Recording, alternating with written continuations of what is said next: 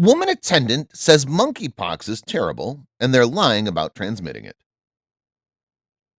Camille Seaton, who recently recovered from monkeypox, finds herself reluctant to leave the house for an extended amount of time and orders groceries and meal delivery. The Georgia resident first became infected with the virus on July 11th when she spotted many lumps forming on her face, but ignored them because she thought they were acne. However, they had already turned white that evening. Therefore, I was aware of a problem, explained Seaton, age 20, to People. Seaton visited the hospital on July 16th for lab testing after new lumps suddenly developed on her face. Days later, she discovered that she had lesions instead of pimples and that she was one of the first people in her state to have monkeypox. She claims that handling cash frequently at the neighborhood gas station where she works is how she got the virus. I was dealing with a lot of cash. We weren't wearing any masks because the ban on wearing them was repealed. I didn't have any gloves on, Seaton elucidates.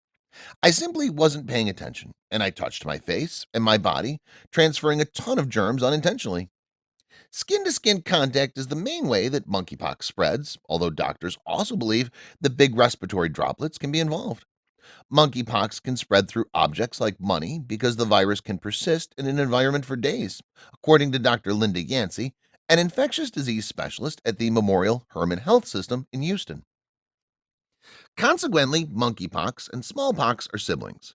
There's no doubt that it's how this might be communicated, as Yancey informs People. In reality, a woman who was exposed to bed linens was one of the cases in the United States. She makes a living cleaning Airbnbs. Therefore, transmission is a possibility with any high touch objects, including cash, doorknobs, and shopping carts. Seaton claims that prior to contracting the illness and experiencing rapid symptom progression while alone at home, she had no knowledge of monkeypox. She also had a fever, rash, headaches, lethargy, joint discomfort, and muscular soreness in addition to the lesions. It was unpleasant. I was washing my hands every 15 minutes and otherwise sterilizing things, says Seaton. The first lesions to appear were on my face, where lumps persisted for a full week and a half. And as my face began to heal, lumps started to show up all over my body. She continues, I have a lot on my hands, therefore it was difficult for me to do anything with my hands. I was unable to grip my phone. I was unable to complete any household tasks. Even folding my clothing was beyond me. It hurt a great deal. Seaton notes that since she wasn't given the vaccine, going through the symptoms was merely a matter of waiting.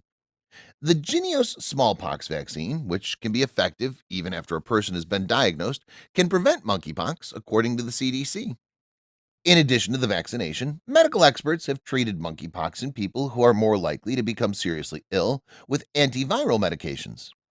Seaton was given amoxicillin and steroids, despite the fact that medical staff were unable to treat her with any antiviral medications because she also had strep throat. Doctors just gave her Tylenol to reduce her fever due to monkeypox.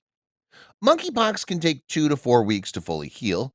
However, some people recover within a week, others within 2 weeks, and still others require the full 4 weeks. My recovery time was 3.5 weeks, she goes on. In fact, Seaton says, I was in contact with someone from the CDC, and she was with me throughout the entire process. Up until I was cured, I kept in touch with her and sent pictures whenever something changed. Seaton was released on August 1st after being given a stay at home directive for several weeks because the CDC declared her to be officially past being contagious. She has since recovered, but she still has misgivings and isn't yet at ease bringing her 3-year-old daughter home. Seaton admits to wanting the government to shut us down again, telling people that she's had a rough and emotional few weeks, and urging people to don masks and gloves once more. It truly assaults you and damages you. It's excruciatingly painful. I want everyone to be aware that it exists and it's spreading. This is not a hoax, says Seaton. For the scars, I can only do what I can. They'll disappear, but you'll always be aware of them. Health professionals are describing the virus's transmission in more detail as the United States records the highest number of monkeypox illnesses worldwide. According to the Centers for Disease Control and Prevention, there were 6,617 confirmed cases of monkeypox in the United States as of Wednesday. In addition to respiratory droplets, skin to skin contact is the main way that the virus spreads. Dr. Linda Yancey, an infectious disease expert at the Memorial Hermann Health System in Houston, tells people that despite the fact that they may seem similar to COVID-19, there's no respiratory virus in this. It does not spread predominantly through the air like COVID. The monkeypox is spread through skin to skin contact. Any type of skin to skin contact falls under this category. Although I'm aware that many of the cases here have been brought on by sex, this is not a sexually transmitted disease.